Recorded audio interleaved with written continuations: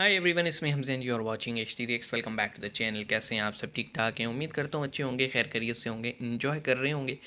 आज हम बात करने वाले हैं कश्मीर की 370 की, और 370 ख़त्म होने के बाद वहाँ पे होने वाली डेवलपमेंट की। क्योंकि हमारे कुछ मीडिया पर्सनल्स हैं, उन्होंने टीवी पे बाकायदा अपने टॉक शोज़ में कहा है कि जब से 370 हटा है वहाँ पे मिलिटेंसी कम हो गई है, वहाँ पे जो है ना डेवलपमेंट स्टार्ट हो गई है, 5G आ गया है, दो तीन बड़े बड़े ब्रिजेस बन चुके हैं, रेलवे का सिस्टम अच्छा हो गया, यानी अनगिनत चीज़ें जो हुई हैं। और ये सारी डेवलपमेंट हुई है 370 होने के हटने के बाद। तो देखते हैं, वीडियो देख लेते हैं, फिर मज़ीद बातें करेंगे। तो शुरू करते हैं। गला थोड़ा ख़राब है। 3 2 1 एंड गो। जय हिंद दोस्तों। Very warm welcome to Hindustan special channel. Hmm. जैसा कि दोस्तों आपने क्लिप में देखा, पाकिस्तानी मीडिया ये मान रहा है कि 370 हटने के बाद कश्मीर ज्यादा सेफ और डेवलप हुआ है। दूसरी तरफ इन दिनों पाकिस्तान में ये चर्चा बड़े जोरों शोरों से हो रही है कि जम्मू कश्मीर से भारतीय सेना की वापसी हो सकती है। केंद्र सरकार की तरफ से जम्मू कश्मीर का विशेष दर्जा खत्म किए जाने के करीब 3 साल के बाद इस मुद्दे पर विचार किया जा रहा है। मीडिया रिपोर्ट्स के अनुसार केंद्र सरकार जम्मू कश्मीर में कानून व्यवस्था की स्थिति में सुधार हम्म। और आतंकी घटनाओं में कमी को देखते हुए इस संबंध में सलाह मशवरा कर रही है। ओके। रिपोर्ट में रक्षा संस्थान के अधिकारियों के हवाले से बताया गया है कि कश्मीर के भीतरी इलाकों से सेना के वापस आने के बाद वहां सीआरपीएफ तैनात होगी। दूसरी तरफ अफगानिस्तान की तरफ से पाकिस्तान पर बड़े हमले जारी हैं, हाँ यार, की जिससे करिए। पाक अफगान सीमा पर खासा तनाव बना हुआ है। तो चलिए दोस्तों, आज की वीडियो की तरफ चलते हैं। Thank you so much. 5 अगस्त 2019 से जम्मू एंड कश्मीर में जो वायलेंस है वो तकरीबन 50% कम हुआ है। कहा जा रहा है जो स्टोन पेल्टिंग है वो तो ऑलमोस्ट ख़त्म हो गई है। लॉ एंड ऑर्डर सिचुएशन जो वो भी है वो पेड वहाँ होते पे थे, उनके कंट्रोल पेल्टर में जो है। थे। तो क्या इसकी वजह मैसिव यूज़ ऑफ फोर्स था? क्या इसकी वजह लोगों का वहाँ पे इस चीज़ पे कन्विंस हो जाना कि भाई क्योंकि हुकूमत ने अब यूनियन टेरिटरी इसको बना दिया है और जो लोकल नहीं, वॉइसेस उसकी हैं ये वजह है कि अब वो लोगों ये को समझती हैं कि अब जॉब्स मिलना हमें शुरू हो गई हैं, लोगों सेंट्रल की हुकूमत के डेवलपमेंट साथ नज़र मिल आ रही जाना है, चाहिए और जो कि पहले पाकिस्तान की नहीं थी पोजीशन भी स्पेशल कमज़ोर हो गई स्टेटस में। है। जहाज जो माजी में चलता था वो भी अब उसकी वैल्यू नहीं रही। तो अब क्या इन ये वजूहात हैं, ये कितनी को इनकी इम्पोर्टेंस है जिसकी वजह से ये वायलेंस कम हुआ है? क्योंकि स्टोन पेल्टिंग पे अरे भाई, चीमा इंडियन साहब जो जवाब भी तो ले अथॉरिटीज़ थी लो। वहाँ पे बड़ा सख्त एक्शन लेती थी। और तो लेना भी वो तो चाहिए, कहा आप जा रहा वो है पत्थर बिल्कुल मारे ख़त्म आप हो छोड़ गई, देंगे। वायलेंस 50% कम हो गया, चीज़ें ख़त्म हो गई। लॉजिक क्या है पीछे? जी, पाकिस्तान की कमज़ोरी कि पाकिस्तान कश्मीर इशू को उस तरह नहीं कर रहा?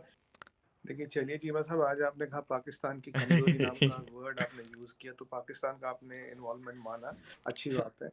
मैं अब आपके जवाब दे देता इट्स हूँ। नॉट एन इन्वॉल्वमेंट, अरे क्यों इट्स चीमा को लाइक अरेस्ट कि करवाना है सर? पाकिस्तान इंटरनल इश्यूज़ में फँस गया है तो वो कश्मीर को इतनी वैल्यू नहीं दे पा रहा। नहीं, देखिए, वायलेंस वायलेंस के कॉन्टेक्स्ट में इंटरनल इश्यूज़ कहीं आते नहीं, वायलेंस की हाँ। बात हो रही थी यहाँ, वायलेंस के इंसिडेंट कम होने की। अब मैं आपके सवाल का जवाब देता हूँ। कॉन्टेक्स्ट में देखें, भी देखिए, Hafiz Saeed whatever I am arrest saying हुआ इज़ हुआ है, राइट। जेल में है, देखिए, अब मैं उससे आपके भी बड़ा सवाल का फर्क जवाब है। देता हूँ, कुछ चीज़ें जो हमें समझनी पड़ेगी। जो पत्थरबाजी थी चीमा साहब, ये तो इंडस्ट्री थी, ये तो 500 रुपए, 1000 रुपए, 2000 रुपए का हाँ, पेड़ दिहाड़ी होते थी, हैं। रेट था पत्थरबाजी करने का। और ये पैसा आता था हुर्रियत कॉन्फ्रेंस के थ्रू। हुर्रियत कॉन्फ्रेंस की जब से दुकान बंद कर दी, तब से पैसे, जब से उनके लीडर्स पे क्रैकडाउन हुआ, उनके फॉरेन फंडिंग वगैरह ये सब पकड़ी गई, कहाँ कहाँ से हाँ, पैसा आता था, किस किस से आता था, ये क्योंकि सब आप ये ओपन देखें, मीडिया की उनकी खुद बातें, की कोई मैं आपको बड़ी अंदर की खबर नहीं इंडिया में बता रहा हूँ। प्रॉपर्टीज थी। देखिए, ल- हुर्रियत गेम से गया, पत्थरबाजी बंद।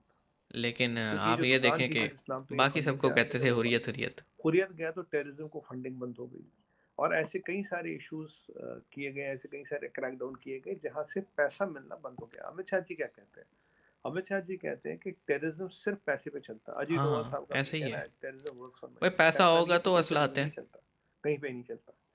तो ये जो फंडिंग आ रही थी, जैसे इस फंडिंग को रोका गया, काफ़ी ये फर्जी एनजीओज भी चल रहे थे जो बाहर से पैसा ले रहे थे, इधर उधर से पैसा ला रहे थे कि ये है वो है, तो ये बंद हो गई। फॉरेन टेररिस्ट का इन्फिल्ट्रेशन कम कर दिया गया, जितने थे उनको, I think all of them are eliminated minus a few.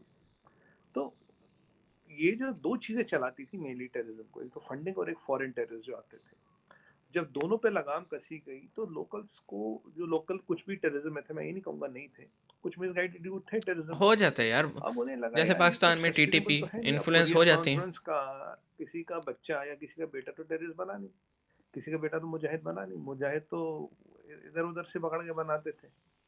अब आप देखिए उनके पास क्या मकान है, कितने हजारों करोड़ की प्रॉपर्टी उनसे हाँ, बरामद हुई, ये मैंने हुई, देखा मतलब था वो। पैलेस पैलेस में रहते थे। ये सब चीजें इनका जो खुल एक्सपोज हुआ। दूसरी बात हुई 335 ए 370 हटने के बाद जो मनोज जो सिन्हा साहब की गवर्नमेंट आई, मनोज सिन्हा पहले मुर्मू साहब थे, ये बहुत ट्रांसपेरेंट और क्लीन गवर्नमेंट है। हमने तब से 3 4 5 इलेक्शन वहां करा दिए, डीडीसी इलेक्शन हो गए, पंचायत के हो गए, बीडीओ के हो गए, एक नई ऑल्टरनेट लीडरशिप सामने आई हाँ, वही और पहले लाखों में वोट अब्दुल्ला गिराया या सबको मुफ्ती सही, होते रहते थे। और अब तक का हाईएस्ट टर्नआउट था। पहले एक टाइम में इलेक्शन होता था 7% में लोग चीफ मिनिस्टर बन जाते थे, चलो वो टाइम रहा नहीं। वो टाइम रहा नहीं, बात सीधी सी है जी। बिल्कुल सही बात है। टेररिज्म जो है ना वो सिर्फ फाइनेंस पे चलता है। फाइनेंस होगा तो आप असला भी ख़रीदते हैं। आप ऐसे लोग जो कि हुकूमत से ज़रा नाराज़ होते हैं उनको कन्विंस कर लेते हैं कि हम तुम्हें पैसा वैसा देंगे, तुमने और तंग करने इनको। या फिर जो है ना बाकायदा परचेज़ कर लिया जाता है कि अपना बच्चा हमें दे दो और इतने पैसे ले लो वन टाइम, या हम तुम्हारी ज़िंदगी बना देंगे व्हाट्सोएवर। इस तरह के दिए जाते हैं। और कुछ जो होते हैं वो वैसे ही बहत्तरूनों की तलाश में निकले हुए होते हैं कि हमें कुछ मिल जाए और हम जनाब या ऊपर जाके आशी मारें। तो आप देख लें टीटीपी भी ऐसी ही चलती है, क्योंकि उनको जो है ना खर्चा वर्चा मिल जाता है मदरसों से, और बच्चे भी वहीं से मिल जाते हैं, अपने सेम माइंड लाइक माइंडेड लोग मिल जाते हैं। और आप ये देख लें आज तक जितने भी बड़े टेररिस्ट ग्रुप्स हैं, ये जो इनके अमीर बने हुए होते हैं ना, इनके खुद के बच्चे कहीं नहीं फटे होते जाके, दूसरों के बच्चे ही फोड़ते हैं हमेशा। ठीक है, अपने बच्चों को कभी भी जैकेट नहीं पहनाते ये, दूसरे कोई बच्चे को लेके तुम्हें बदतर रूट से मिलवाने। सुमित भाई ने बिल्कुल सही कहा। एक तो ये चीज़ कम हुई है, इस पे लगाम कसी हुई है। वो है ना, जैसे मैं अक्सर अपने घर पे कहता हूँ कि जनाब ये जो होते हैं ना ख़ास तौर पे टेररिस्ट, किसी के भी हों, इन्हें तो ठोकना चाहिए। कोई मुकदमा नहीं, कुछ नहीं, बस ठोको इनको। कंफर्म है ना, ऑन द स्पॉट पकड़ा गया है तो ठोको, और कोई इसका हल नहीं है। दूसरा जो है 370 हटने के बाद, क्योंकि पहले जो है ना सिर्फ मुफ्ती ख़ानदान और ये अब्दुल्ला ख़ानदान जो थे यही बारियां लेते रहते थे, और कोई लीडरशिप थी ही नहीं। इन्होंने अपने महल बनाए हुए थे, हुर्रियत वालों ने अपने महल बनाए हुए थे। मैंने देखा है फ़ारूक अब्दुल्ला जो है उनका भी देखा है, मीर वाइस का मैंने देखा है, अली गिलानी का भी मैंने देखा था, केस उनका चल रहा था कि दिल्ली तक में उन्होंने जो है ना ख़रीदी हुई हैं। मतलब एक तरफ आज़ादी मांग रहे हो, एक तरफ इतनी बड़ी बड़ी प्रॉपर्टियाँ, तो ये घोटाला था, इसको पकड़ा इन्होंने। और जब ये चीज़ कम हुई तो ये 370 हटने के बाद जो डेवलपमेंट स्टार्ट हुई, तो लोगों को समझ में भी आ गया कि भाई हम तो सिर्फ यूज़ होते हैं, we should focus on our lives and living standard. तो ये इस वजह से आपको इम्प्रूवमेंट नज़र आ रही है, और अच्छी बात है जी। आप मैं समझता हूँ कि कंडीशन अच्छी होना बहुत अच्छी बात है। बड़ा बेहतरीन फ़ैसला था ये हटाना 370 को। क्योंकि एक तरह का आपने डिक्लेयर कर दिया ना कि हमारे लिए अब कश्मीर एक स्पेशल स्टेट नहीं है, हमारे लिए ऐसी है जैसे एक प्रोविंस होता है हमारा। तो क्योंकि जब तक स्पेशल स्टेट था इट मीन आप भी मान रहे थे कि यहाँ कन्फ्लिक्ट है। अब कन्फ्लिक्ट वाला मोदी जी ने काम ही ख़त्म कर दिया, बेहतरीन किया है। थोड़ा सुकून आएगा हमें भी। ठीक है, तो मिलते हैं नेक्स्ट वीडियो में, अपना ख्याल रखिएगा। सी यू गाइस।